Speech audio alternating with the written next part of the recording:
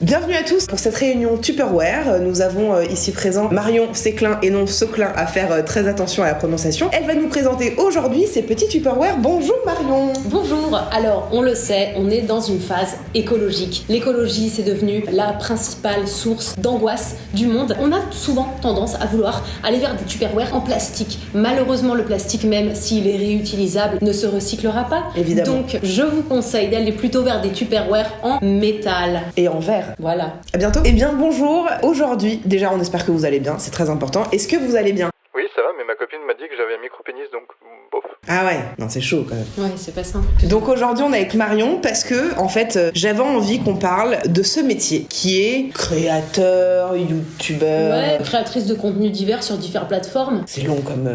Quand tu remplis par exemple un papier, tu mets ça ? Je mets autrice, Ah ouais, tu mets ça ?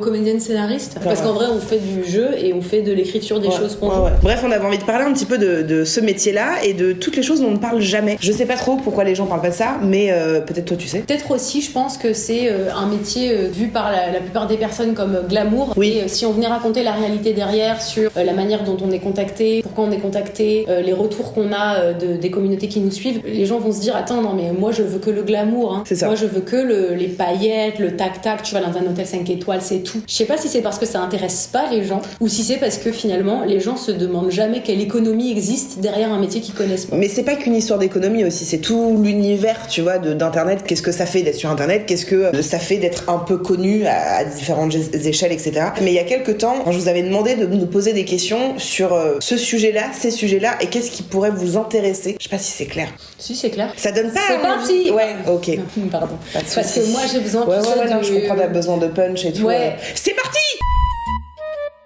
Te sens-tu reconnue à juste titre dans ton métier ?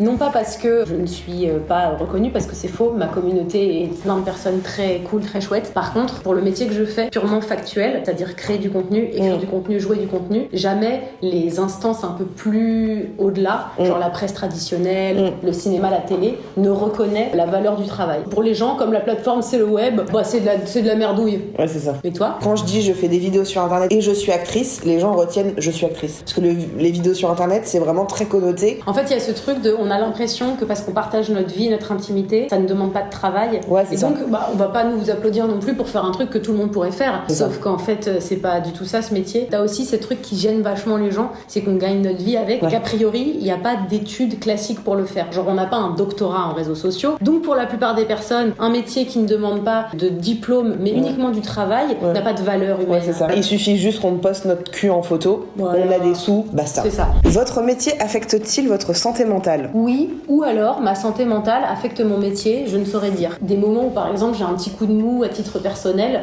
je vais être un peu plus touchée par un commentaire pas sympa, une réflexion désobligeante. Genre par exemple juste avant mes règles, si quelqu'un met un commentaire méchant, je m'en fous, je l'affiche. Mais par contre juste après je suis là, non mais tu sais chacun puis ses batailles et moi je ne veux pas rentrer, c'est trop bizarre. Mais en même temps je sais que je fais ce métier parce que j'ai besoin de reconnaissance, donc tu vois je me mens pas à moi-même en me disant non je fais ce métier uniquement pour changer le monde. Mais oui ma santé mentale est clairement, je sais plus qui influe sur qui. Moi je pense que depuis que je fais ce métier, ça a fait 4 ans, je crois que je me suis jamais autant questionnée, tu vois, sur diverses choses. Je crois que j'ai rarement vécu autant de trucs négatifs ou positifs dans des moments très condensés. Avant quand j'étais chanteuse, c'était pas pareil, c'était plus lent, les réseaux sociaux c'était pas pareil, donc c'était pas la même chose. Me concernant, que quand on parle pour moi de santé mentale, je vois toujours l'aspect négatif, tu vois, j'y vois pas l'aspect positif. Oui, moi ça affecte beaucoup ma santé mentale à plein de niveaux, mais pareil que Marion, je pense que aussi ma santé mentale elle affecte ce métier-là. Enfin, tu vois que ça se mélange. Je pense que ça nous affecte parce que c'est très challengeant comme métier, parce que on crée du contenu pour des personnes et ça trouve une audience et donc on est challengé systématiquement. Je pense que dans plein d'autres métiers, on n'est pas aussi régulièrement challengé, et par des inconnus et par des gens à qui on fournit un contenu gratuit et par des marques ou des trucs comme ça. Et le fait qu'on soit beaucoup plus challengé fait qu'on se remet vachement plus en question. Donc il y a du bon dans toute remise en question, mais j'avoue qu'il y a des moments où peut-être on n'a pas le recul pour dire je vais prendre ton commentaire avec ouverture d'esprit et délicatesse. Quand on est sur internet, quel que soit le niveau de notoriété, quel que soit le thème qu'on choisit d'aborder, on a une genre de pression de la part de certains et certaines où moi je sens qu'on attend beaucoup de moi, et peut-être qu'on n'attend pas de moi, mais c'est moi qui le ressens comme ça, tu vois. Et que quelque part du coup je me fous une charge mentale énorme, et que c'est un truc qui n'arrive pas à sortir de ce système-là. Je trouve que c'est difficile de trouver un certain équilibre là-dedans, même si globalement ça va, hein, on n'est pas malheureuse et tout, mais on est contente de faire ce métier, on l'a choisi et c'est super. Mais il y a des moments où je trouve ça très lourd. Mais tu sais que récemment, il y a quelqu'un qui m'a dit, quand on est connu et qu'on est un personnage public, on n'a pas le droit de se tromper. Et en fait ça, je me suis dit, mais c'est dingue la pression qu'on nous met, alors que nous on n'a jamais, je parle pour ma part et je pense que Marion c'est pareil, mais moi j'ai jamais fait ce métier pour être connue. Je fais ce métier parce que j'avais envie de créer, j'avais envie de monter, j'avais envie de jouer, et que les choses ont fait que ça marche et c'est trop bien, mais que en fait tu n'as pas le droit à l'erreur à partir du moment où t'es connu. Donc tu te rends compte, non mais c'est ouf, n'empêche, la pression qu'on te met, parce que si un jour tu dis un truc qui ne convient pas trop aux gens, tout de suite, oh mon Dieu, oh putain, oui, elle a merdé. Alors après, on a une responsabilité à pas enchaîner les conneries, mais le fait de se tromper publiquement est encore un meilleur message, parce que du coup tu te rapproches de la vérité des gens. On n'arrive pas un matin, on se réveille, on est féministe et c'est trop bien. On a tous un chemin de réflexion, on a tous un chemin de challenge, de trucs comme ça, et en fait c'est intéressant de se tromper avec nous, parce que c'est comme ça qu'on apprend les meilleures leçons. Il y a une auteure américaine qui s'appelle Elizabeth Gilbert, elle a écrit un bouquin qui s'appelle Comme par magie, et dans ce bouquin elle parle d'un concept qui s'appelle le shit sandwich. Et pour elle, le shit sandwich, c'est le sandwich au caca que tous les métiers du monde ont. Ça veut pas dire que c'est des métiers horribles, ça veut pas dire que les gens ils devraient changer de métier, mais il faut savoir que tous les métiers du monde ont leur shit sandwich. La vérité sur notre shit sandwich à nous, de notre métier, c'est que notre métier est tellement inconnu que notre shit sandwich il est inconnu. On est clairement pas là pour essayer de dire ouin nos vies elles sont difficiles, on parle juste de notre shit sandwich, comme il y aurait dans le métier de comptable. Je me rends compte que même, tu vois, là en parlant de ça, je sais qu'il va y avoir très peu, parce que les gens sont quand même hyper bienveillants et intelligents, mais qu'il y a des gens qui vont penser comme ça, qui vont se dire ça, tu vois. Et je pense que c'est important justement de raconter ça, parce que notre métier est hyper fantasmé, on nous tient responsable d'énormément de choses qui vont mal dans le monde, sur justement le rapport à soi, le rapport aux autres, le rapport au réseau, sauf que la vérité, on n'a pas à questionner nos intentions, nos intentions elles sont bonnes depuis le début, et je pense que c'est important pour aussi descendre du piédestal cette idée qu'on se baigne dans des baignoires de cas en essayant juste de trouver le meilleur angle pour nos photos, quoi. Ce serait bien, faudrait essayer. Est-ce que tu ressens une différence homme-femme dans ton métier? Jamais. Nulle part d'ailleurs. Y a-t-il vraiment des différences hommes-femmes? Il n'y en a aucune. Oui, évidemment qu'il y a une différence, mais en fait comme dans tous les métiers. Et que ce qu'on fait est finalement un métier parmi tant d'autres par rapport à ce sujet-là. Il y a toujours une différence homme-femme. Je me sens pas dans cette position-là, mais je vois bien qu'il y a une vraie différence, simplement et bêtement, parce que quand les hommes ils font des vidéos sur YouTube, ils vont faire du gaming, ils vont faire du divertissement, ils vont tester de la cuisine, ils vont faire plein de trucs, peu importe. Très rarement, ils vont être pointés du doigt en disant « Ah, mais en fait, t'es vraiment gros. Ah, mais en fait, t'es vraiment moche. Ah, mais tu fais ça pour les vues. » Alors qu'en tant que femme, encore une fois, c'est pas une position de victimisation, c'est une réalité. Swan Périssé, elle en parle très justement, c'est que dès qu'elle met un décolleté, forcément, c'est parce qu'elle va faire des vues. Moi, si je vais mettre un peu de maquillage ou que je vais mettre des fossiles, parce que je l'ai déjà vu ça dans certains commentaires, c'est parce que ça va attiser les trucs. Forcément, quand t'es une femme, t'es beaucoup plus pointée du doigt, c'est évident, et qu'on va critiquer très vite ce que tu fais. Et ta légitimité à le faire. Je l'ai beaucoup vu, et c'est propre à plein d'individus, et je le vois aussi dans la négociation des contrats, parce qu'on adore l'argent. La vérité, c'est que quand un mec négocie ses contrats, c'est un mec qui sait ce qu'il vaut. Quand une meuf négocie ses contrats, c'est une diva, c'est une connasse, qui elle croit qu'elle est, et pour qui elle se prend. Et il y a un double standard tellement énorme, au-delà du fait qu'on n'en parle même pas, que comme on est des nanas et qu'on fait des trucs sur YouTube, directement on nous dit qu'on fait de la beauté. C'est fou ça. Parce qu'on pourrait pas faire de l'humour, c'est pas drôle les femmes. Il y a beaucoup plus de femmes qui réussissent sur Instagram que d'hommes, il y a quand même beaucoup moins de comptes d'hommes, mais que quand même, on aura toujours beaucoup plus à cœur de critiquer n'importe quelle femme qui va gagner sa vie grâce à Instagram et grâce à l'utilisation de tout ce pourquoi on l'a niqué toute sa vie. Donc on va utiliser notre apparence. Et en fait, je me souviens toujours de tweets de mecs qui disent attends, en fait, moi j'ai fait 5 ans d'études de graphisme et je gagne moins qu'une meuf qui se met du mascara. Mais rage pas, frère. Effectivement, c'est le monde. Si tu crois que ça a pas aussi sa part de côté chiant de se mettre du mascara sur YouTube, c'est que t'es con. Et y a pas de truc de méritocratie. C'est tout au travail. Encore une fois, c'est une différence qui est là dans tout le métier. Voilà, simplement. Sauf que quand tu as choisi d'être créateur, acteur, youtubeur, forcément, t'es plus critiquable parce que t'es plus vu. Moi, je sais que très vite, quand j'ai commencé il y a 4 ans, on m'a pointé du doigt parce que je faisais pas de la beauté et qu'on me disait ah ok, donc Jette en fait c'est une meuf qui a souvent une voix hystérique dans ses vidéos, qui fait pas de la beauté, qui est grosse, ok, bon bah c'est la cible parfaite. Et c'est ça, je l'ai vraiment toujours ressenti comme ça, toujours. Et quoi que je fasse comme projet, quoi que je fasse, hein, même quand c'est des super projets, on va quand même m'attaquer, on va quand même me dire là, bah c'est pas terrible. Pendant la crise du Covid, on s'est rendu compte que les pays qui géraient le mieux la crise étaient des pays gouvernés par des femmes. C'est probablement des cas isolés, mais ça veut aussi dire que c'est tellement difficile pour une femme de réussir en politique qu'elles ont dû bosser bosser 4 fois plus et que donc elles sont meilleures. C'est QFD. C'est la même chose avec, je trouve, le monde de l'internet. C'est que on a tous un double standard sur la manière dont on va juger une femme,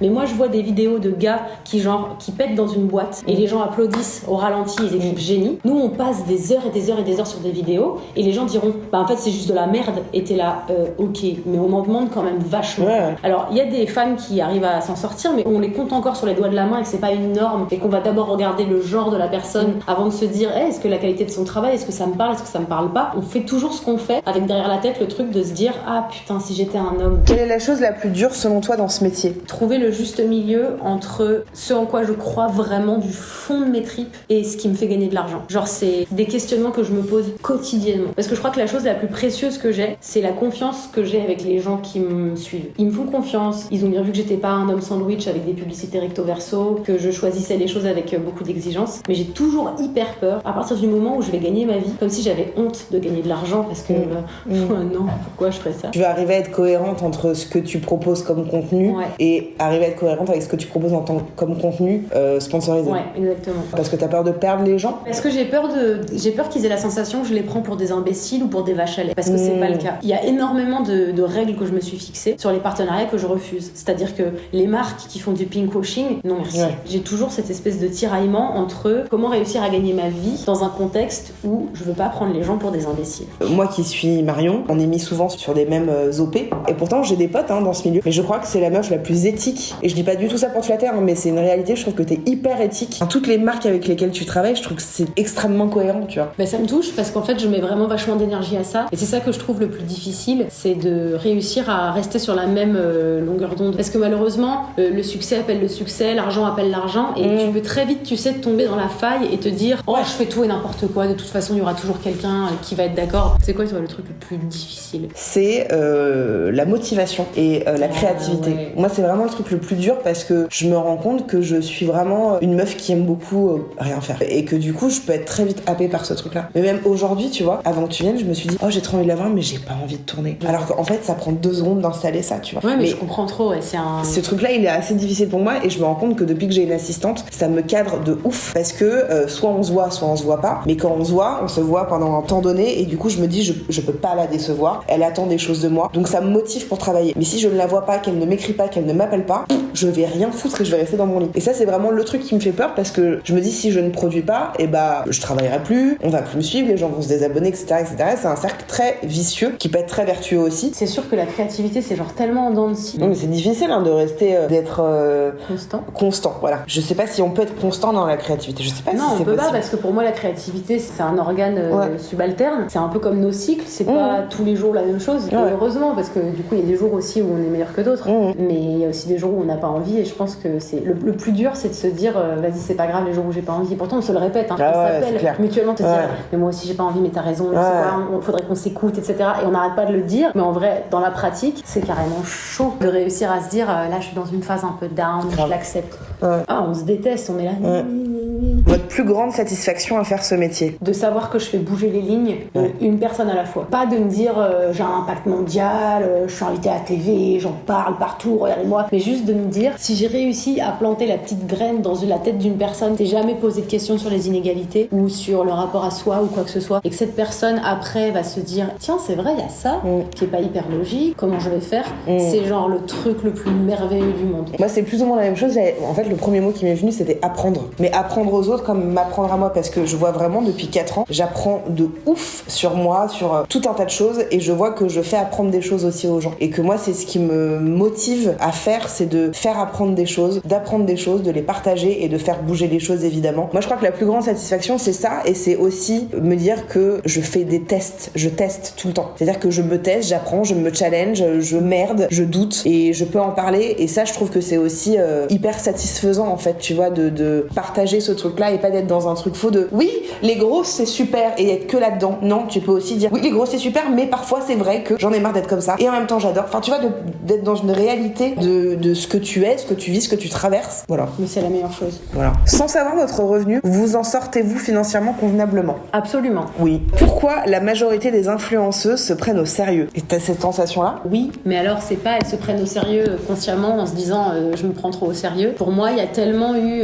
une image de de la femme véhiculée partout, tellement imposée à notre naissance quasiment, à partir de la première seconde où on a mis une jupe, on a été féminisé, sexualisé, tout ça. On a tellement une pression en tant que personne dans ce monde. Quand t'arrives sur les réseaux, t'as tellement ton amour-propre qui a été punché dans la face que toi-même t'es pas conscient que t'as le droit d'avoir des failles. J'ai l'impression que la manière dont la question a été posée, c'était pourquoi des gens se la pètent. Je sais pas si c'est comme ça que ça doit être reçu, mais... Ouais, enfin, ou c'était peut-être pourquoi en gros elles font autant semblant, quoi. C'est rare d'avoir des nanas qui sont prêtes à prendre dans la gueule ce que représente être juste humaine et elle. On nous dit pas c'est super, t'es un humain, bravo à toi. Non, nous on nous dit genre t'es pas maquillée. Enfin, t'as vu le nombre de commentaires qu'on se prend sur notre physique, ça donne pas très envie d'apparaître honnêtement, crûment, brutalement à l'image. Enfin, tu vois, moi quand je fais des trucs, bah là ça fait des années que je suis pas maquillée, mais quand je suis particulièrement fatiguée, je me prends systématiquement des réflexions de gens qui disent ah mais t'es pas maquillée. Donc ouais, ça donne plus envie de pas se maquiller. En fait, ça donne envie d'obéir à toutes les injonctions, comme ça tu sais que personne te dira rien. Et le pire, c'est que les gens ils réussissent quand même à te dire des trucs. Mais évidemment. Y a-t-il de la solidarité féminine dans ces différents métiers? Forcément, t'as de la solidarité féminine de certaines personnes et tu n'en as pas de d'autre part, que ce soit des personnes qui sont youtubeuses, créatrices, etc. À mon sens, je dirais pas trop. Parce qu'il faut aussi pas non plus faire d'amalgame sur un truc. C'est pas parce qu'on est féministe et qu'on soutient les femmes que on se laisse abuser par des situations sociales. Il y a des moments où il y a des situations avec des personnes qui sont désagréables, pas gentilles, pas bienveillantes, qui nous veulent pas du bien. Et c'est pas parce que c'est des femmes qu'on va s'empêcher de se dire bah c'est pas quelqu'un avec qui j'ai envie d'être ou c'est pas quelqu'un à qui j'ai envie d'apporter mon soutien. C'est la même chose avec les hommes et entre les hommes. Tous les mecs sont pas une grosse bande de potes qui se tapent dans le dos et qui s'applaudissent. Il y a des mecs qui se soutiennent pas les uns les autres. C'est pas une question de fraternité ou de sororité, c'est une question aussi de sensibilité. Ça arrive dans la vie, on a des mauvaises expériences avec des humains et ces humains s'avèrent être des femmes et comme tout le monde, on a des goûts, on a des affinités et on a des accointances, je dirais, on a des atomes crochus, j'adore les synonymes, donc on se soutient les unes les autres et moi a priori je suis dans le camp des femmes plus que jamais et ça veut pas dire qu'à titre personnel on est toutes derrière en train de se dire you go girl. Je ne sais pas si vous avez vu mais j'ai sorti une vidéo où je parlais d'un plan à 3 de manière un peu rigolote et donc dans ce plan à 3 il y avait une femme dont j'ai tu son prénom et je n'ai pas parlé de son physique, je n'ai pas du tout parlé même de son genre en fait, juste j'en ai fait une vidéo rigolote parce que ce moment-là que j'ai partagé avec elle et quelqu'un d'autre n'était pas très excitant parce qu'elle disait des choses qui ne m'excitaient pas. Ça s'arrête là. Et donc je me suis un peu moquée de ces trucs-là, mais avec beaucoup d'amour et de légèreté. Et j'ai vu quelques commentaires, il y en a eu quelques-uns quand même, qui disaient mais toi qui prônes la bienveillance, comment peux-tu ne pas être bienveillante? Là c'est du shaming. Un moment t'as dit qu'elle avait eu un déshabillé tati, donc ça c'est du classisme. Et en fait ces trucs-là, moi ça me fait halluciner parce que à aucun moment j'ai parlé de son genre. En fait juste elle a dit des trucs qui m'ont pas fait kiffer. Et en fait si ça avait été un homme, ça aurait été pareil. Et donc ça n'a rien à voir avec du shaming. Et c'est pas parce que moi, Marion, quelqu'un d'autre, peu importe qui, on prône quelque chose que on doit tout accepter. Non mais surtout c'est pas parce qu'on prône quelque chose qu'on a plus de goût. C'est pas parce que on est dans un message d'ouverture, de sensibilisation et d'acceptation qu'on est obligé d'être ami avec tout le monde. C'est même plutôt douteux d'être ami avec tout le monde et de soutenir tout le monde. Je crois qu'il y a vraiment une chose à bien clarifier, c'est que on faute, on peut merder, on peut se planter comme tout le monde. Et ça n'a rien à voir avec le fait d'être connu, pas connu, mon cul, j'en ai rien à foutre. Il y a aussi une réalité, c'est que les projections que des gens peuvent mettre en nous, ce qu'ils attendent de nous est quand même une pression énorme et que si selon eux, et bah à ce moment-là on va être sexiste ou on va être, je ne sais pas, on va être dans du shaming alors que non, c'est pas notre problème en fait, ça nous concerne pas. Exactement. C'est que c'est vraiment leur œil à eux qui est comme ça et pas le nôtre. Et que ça je pense que c'est aussi très important de le justifier, de le notifier parce que à chaque fois on pense bien faire et encore une fois on peut merder mais à aucun moment on va penser à mal. Il y a aussi un autre truc, c'est que on a le choix de suivre qui on veut, on a le choix de regarder qui on veut et que honnêtement s'il y a des choses qui te conviennent pas chez moi peu importe qui, peut-être arrêtons de suivre ces gens-là et essayons d'être dans un truc un peu positif parce que encore une fois là on parle que de l'aspect un peu lourd et tout ça mais on a énormément de gens qui sont remplis d'amour et extrêmement bienveillants et c'est aussi ça qui nous incite à continuer mais l'infime partie de gens qui viennent dire ça t'aurais pas dû ou là t'as été malveillante etc. Vraiment posez-vous la question de pourquoi en fait, qu'est-ce que tu cherches là avec ce truc là. Écoutez, on espère que ça vous a plu, on espère que c'était intéressant, que c'était constructif, en tout cas on a été assez transparente et honnête et on était encore une fois pas là pour se plaindre, absolument pas parce que nous aimons ce que nous faisons mais vraiment très très fort. En attendant, qu'est-ce qu'on peut te souhaiter? J'ai envie de terminer comme ça comme des interviews de merde. Qu'est-ce qu'on peut te souhaiter Marion pour la suite? Eh bien, on peut me souhaiter beaucoup de réussite et de bonheur, l'achèvement de mes projets les plus importants et l'épanouissement humain. À bientôt.